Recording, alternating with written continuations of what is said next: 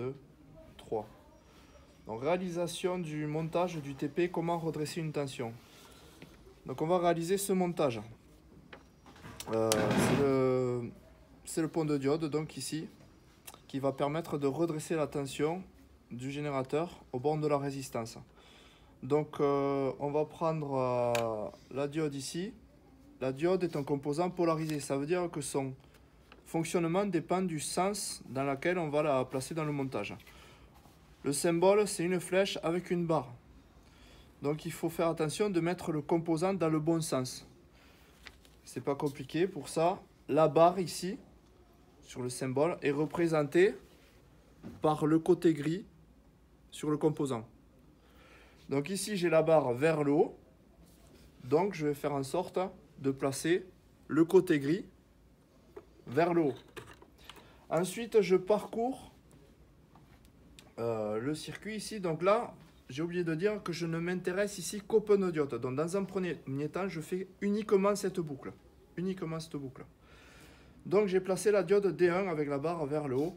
Je continue mon chemin. Ici, je rencontre quoi? La diode D2 du côté barre.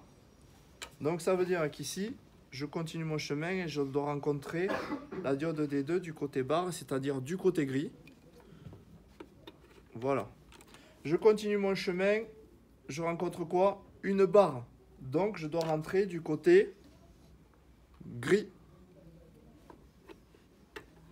Voilà. Je continue mon chemin, ici je rentre du côté de la flèche. Donc je dois rencontrer ici, sur mon schéma, si je continue mon chemin, je dois rencontrer le côté noir de la diode. Voilà. Voilà pour cette boucle, c'est-à-dire le pont de diode. On a bien D1, D2, D3, D4. Je vais ensuite brancher le générateur. Dans le générateur, on voit ici, donc là il y a l'interrupteur. L'interrupteur, on ne va pas le placer, on va dire que c'est l'interrupteur ici du générateur. Donc le générateur vient ici entre D1 et D4. Donc je prends un fil.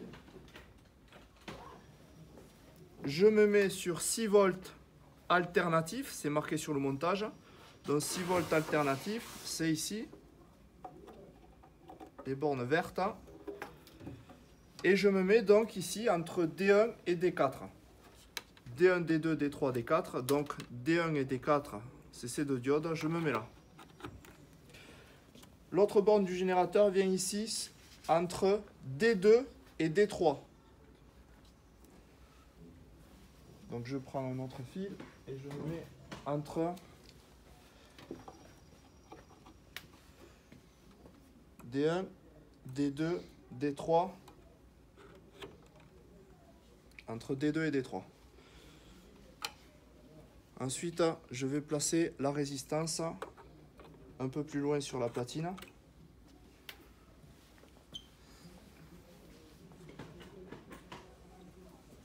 Dans la résistance, on voit qu'elle vient ici entre D1 et D2. Donc D1, D2. Ça veut dire que je branche la résistance ici entre D1 et D2. Voilà. Et l'autre borne de la résistance, ici, je vais la brancher entre D3 et D4. Ici. Donc D3, D4, on vient se placer ici.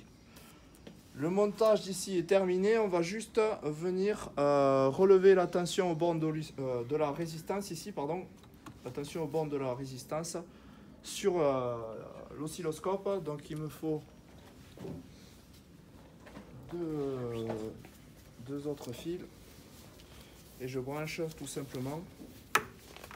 Et donne-moi le fil plus long. Merci. Je branche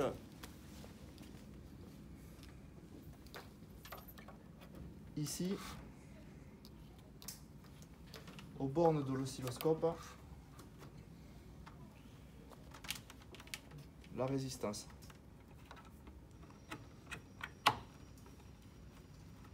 Voilà, c'est terminé.